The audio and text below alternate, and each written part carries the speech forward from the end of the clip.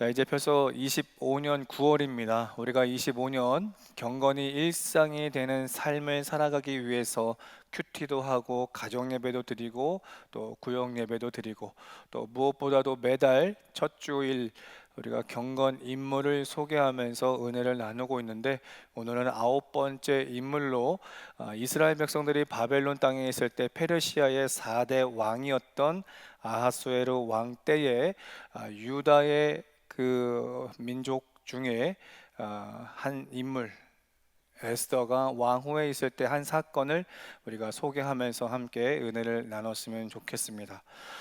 이제 오늘 우리가 함께 나누는 에스더 말씀을 먼저 배경을 보게 되면, 이 에스더가 기록될 당시는 주전 483년에서 474년 즈음에 기록된 말씀입니다.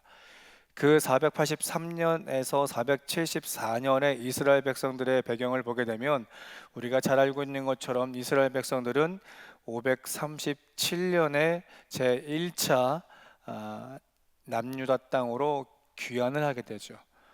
바벨론 70년 포로 생활을 끝내고 537년에 유다 땅으로 돌아와서 반드시 하나님께서 그들에게 말씀하시기를 성전을 재건하라라고 말씀을 하시죠. 그리고 536년부터 성전을 재건하여서 이제 하나님의 말씀대로 성전을 건축 시작합니다. 그런데 주변에 많은 여러 가지 환경, 또 많은 사람들의 방해로 인해서 끝내 그 성전을 재건하지 못하고 16년이란 시간 동안 방치해 두는 것을 우리는 말씀을 통해서 보게 됩니다. 하지만 그 가운데 있어서 학계 선지자를 통해서 다시 한번 그 성전을 재건하여 완성할 것에 독려하여 만 4년 만인 516년에 드디어 성전을 재건합니다. 하나님의 말씀대로 성전을 재건했으니 당연히 우리가 기대하는 것은 이제 하나님의 역사만을 기대하고, 또 하나님의 영광이 이 민족과 우리 가정과 개인의 삶에 있기를 기대하고 있습니다. 하지만 우리가 성경을 보면 알지만 그들의 기대와 달리 하나님의 역사는 더딥니다. 하나님의 역사는 더디고, 또 이 모든 주변의 환경은 끊임없이 이 유다 백성들을 괴롭히는 것을 보게 됩니다. 그래서 결국 그 이스라엘 백성들은 분명 하나님의 사람으로서 성전을 재건했고 그 정체성을 회복하는가 싶었지만, 또다시 우상을 숭배하는 그런 일들이 벌어지게 됩니다. 그리고 하나님의 영광이 더딘 것과 끊임없이 방해와 또 그로 인해서 우상을 숭배하는 선민들의 소식을 들었던, 아직까지 바벨론 땅에 남아있는 많은 유대 민족들이 이제 굳이 그 땅을 갈 이유가 없음과 동시에 그저 이 바벨론 땅에 안주되어지는 삶을 살아가게 됩니다. 이처럼 끊임없는 그 변화가 우리는 기대했지만 그것을 잃어버린 그들이 바벨론 땅에 안주하는 사람들이 대거 등장하게 되죠. 그런 사건 사고 가운데 있어서 하나님께서는 당시에 페르시아 4대 왕이었던 아하수에로 왕 즉위 7년에 유다에 출신되는 왕후 에스더를 통해서 그 안주되어지는 삶을 살아가는 선민들에게 한 가지의 말씀을 주고 있는 것이 본문의 말씀입니다. 이제 우리가 함께 나눈 본문 에스더 9장 1절 이하의 말씀을 보게 되니, 그 에스더를 통해서 하나님께서 선민들에게 말씀하시는 것은 불임절이라는 절기를 지켜야 될 것을 이야기를 합니다. 성경에는 기록되지 않지만 이 불임절 절기를 지키는 것은 유월절보다 열흘 앞서서 하나님께서는 반드시 불임절의 절기를 드릴 것을 말씀을 하고 있습니다. 우리가 성경을 보면 여러 절기가 나오고 있습니다. 그래서 우리가 기억하고 있는 절기 가운데에 유월절이 있고 무교절이 있고 초막절이 있고 칠칠절이 있습니다. 이 정도 절기쯤은 아마 우리 모든 성도분들도 잘 알고 있으리라 생각합니다. 그런데 왜 오늘 본문은 불임절이라는 그 절기를 반드시 지켜야 되는지, 왜 그와 같은 말씀을 하는지 우리가 말씀을 통해서 살펴볼 필요가 있겠습니다.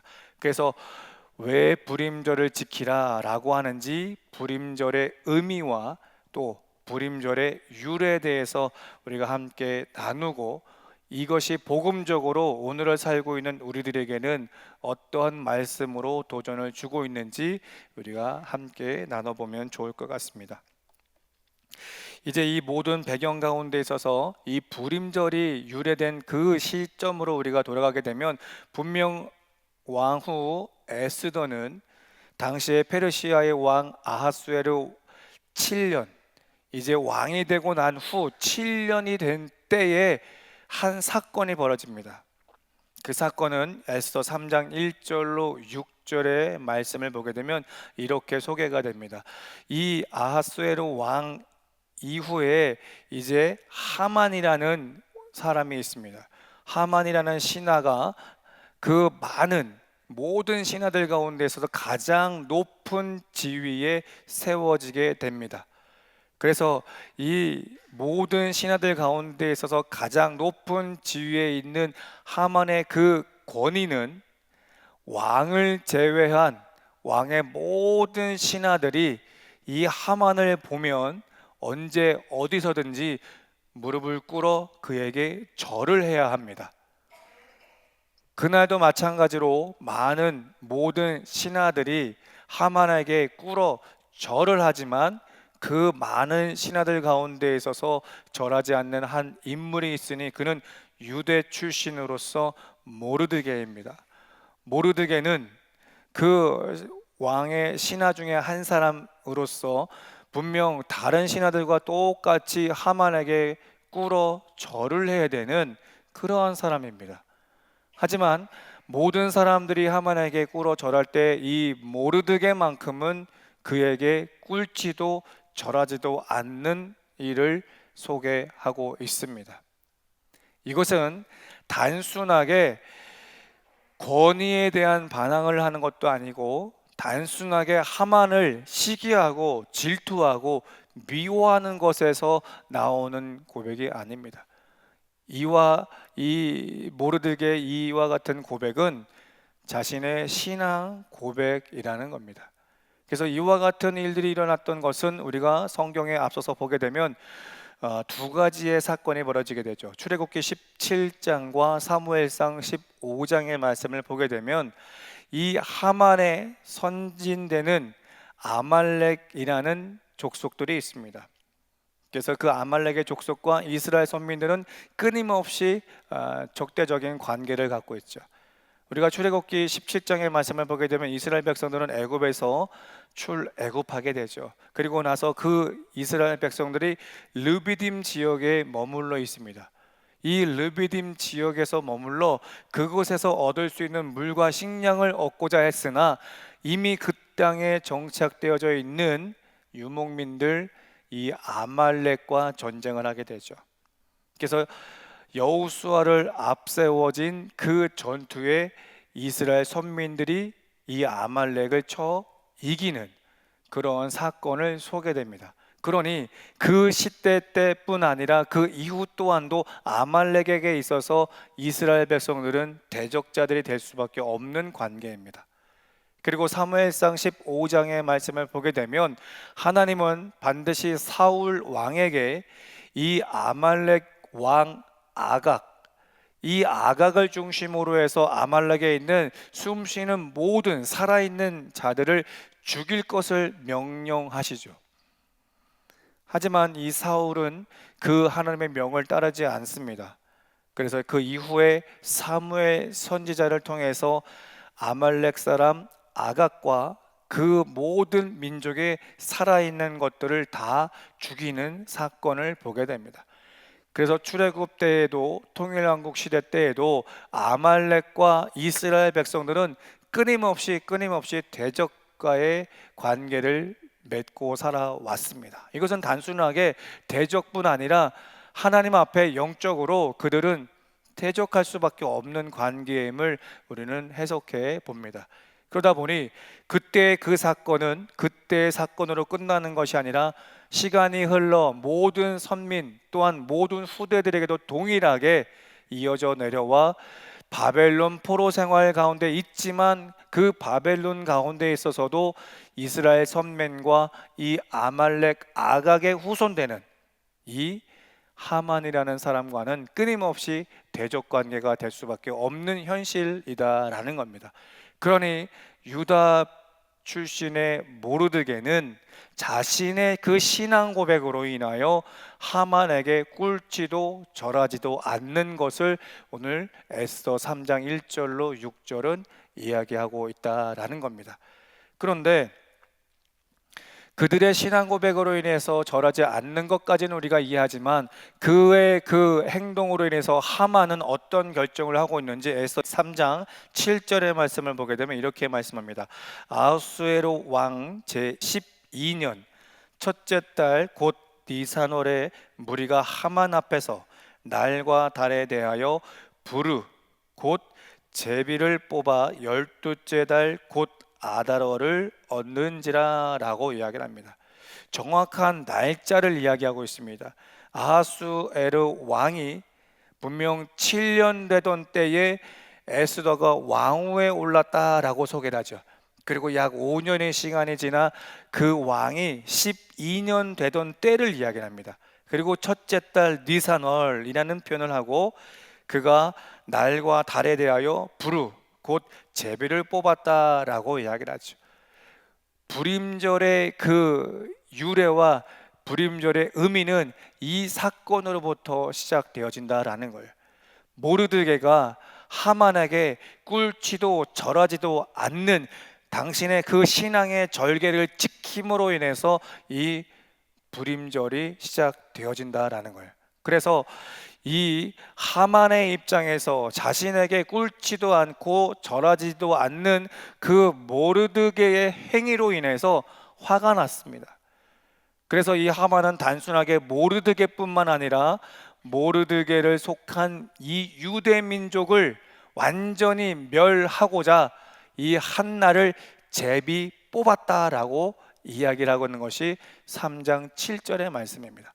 그래서 이 불임이라는 그 단어를 보게 되면 이처럼 제비 뽑다라고 해서 제비라는 그런 의미를 가지고 있고 이것은 니목시아라고 할 때에 쓰는 몫이라는 그런 의미를 가지고 있습니다.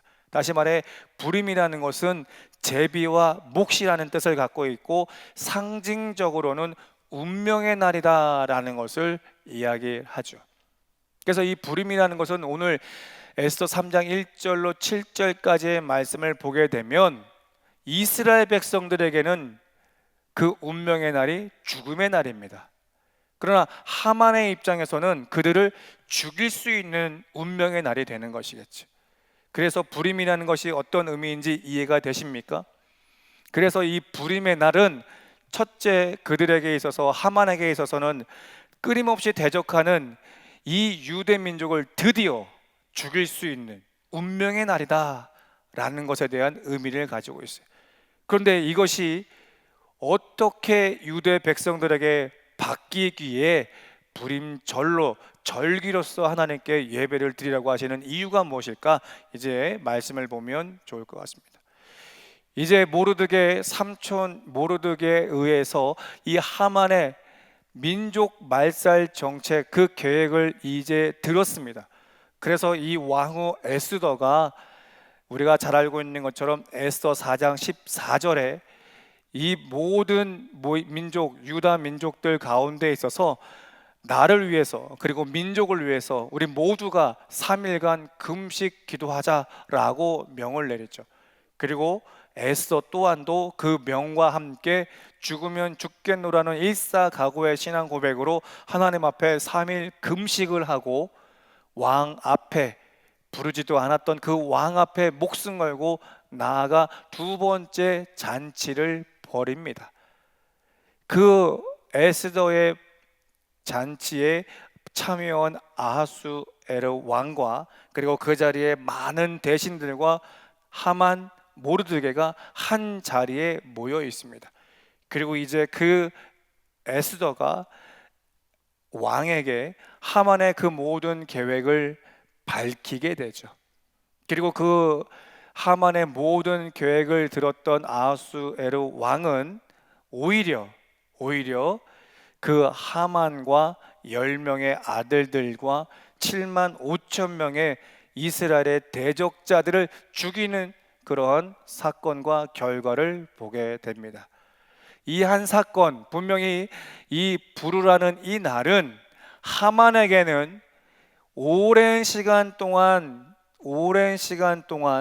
대적자였던 이스라엘을 죽일 수 있는 운명의 날이었지만, 그래 유대 백성들은 죽을 수밖에 없었던 운명의 날이지만, 이것이 이 모르드게의 신앙의 절개와 에스더의 이 일사각오의 신앙 고백으로 인하여서 되바뀌어서 승리의 날로 오늘 불임절을 지켜라, 반드시 예배를 지켜야 된다라는 것으로 제정되는 한 날입니다.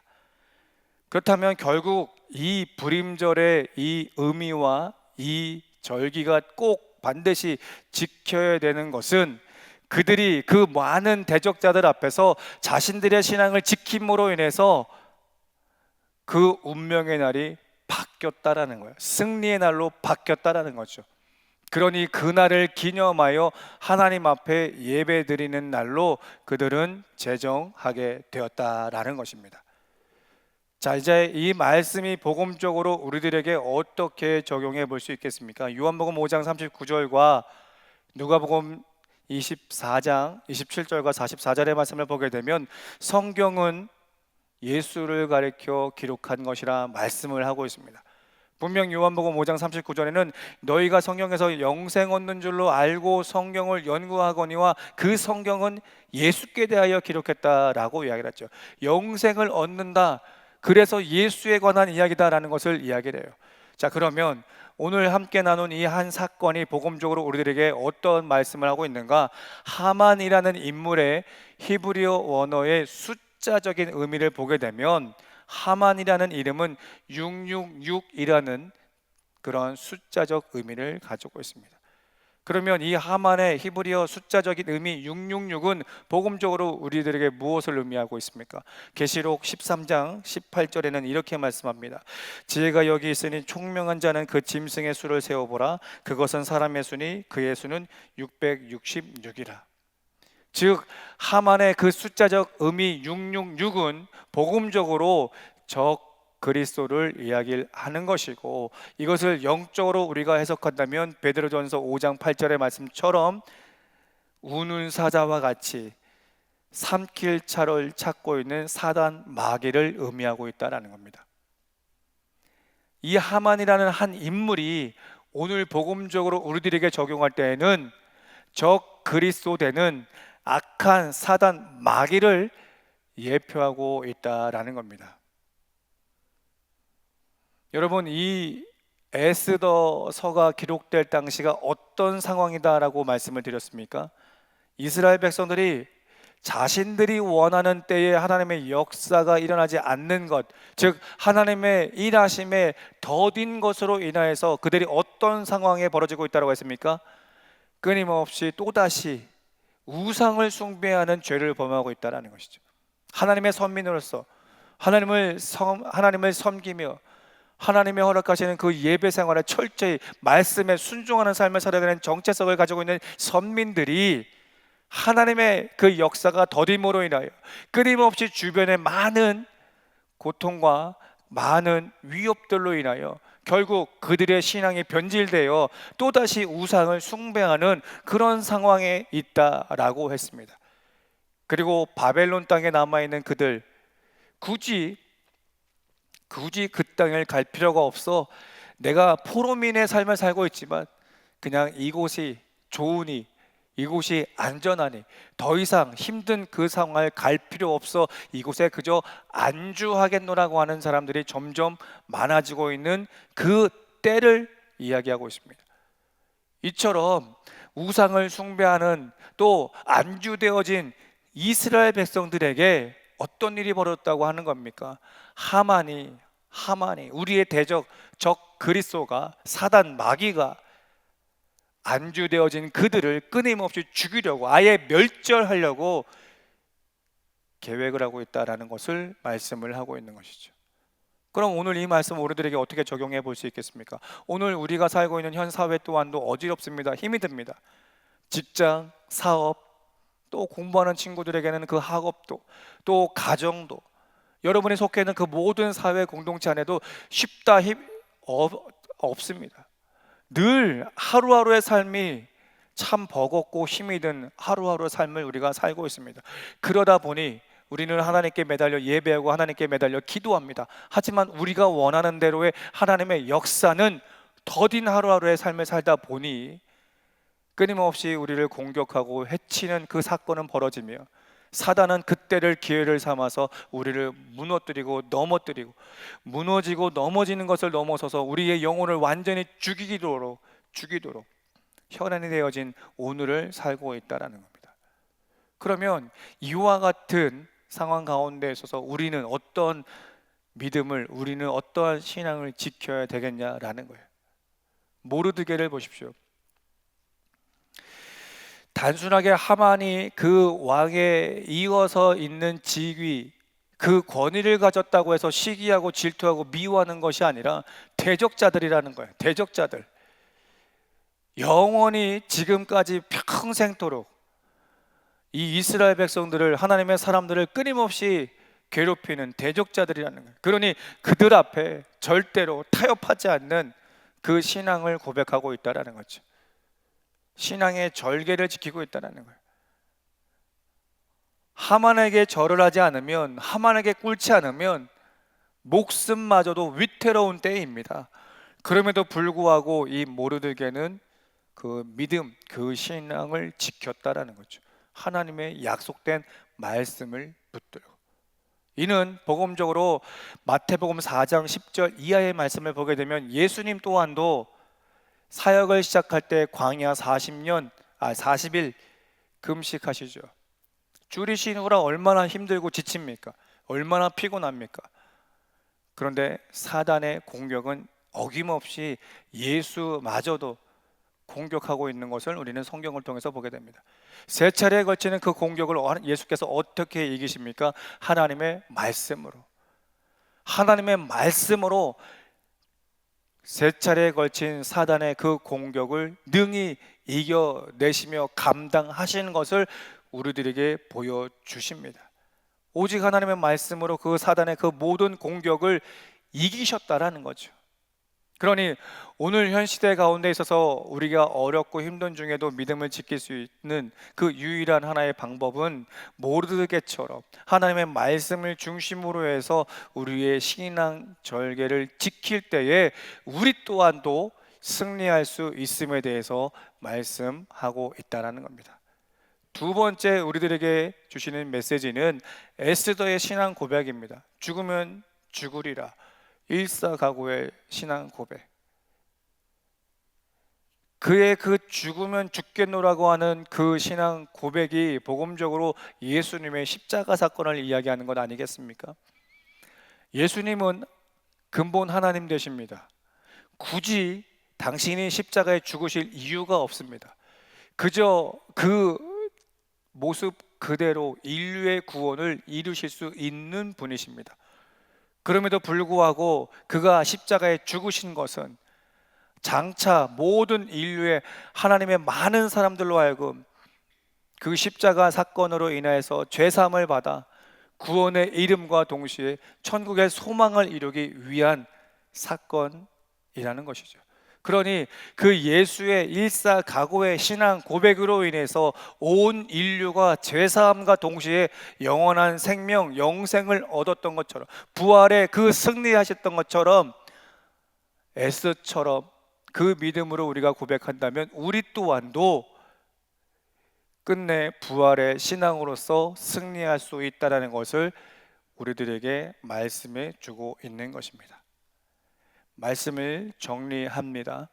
우리가 25년 경건의 일상이 되는 삶을 살아가기 위해서 매달 성경 인물들을 소개하며 오늘은 에스더라는 인물을 소개해 봤습니다.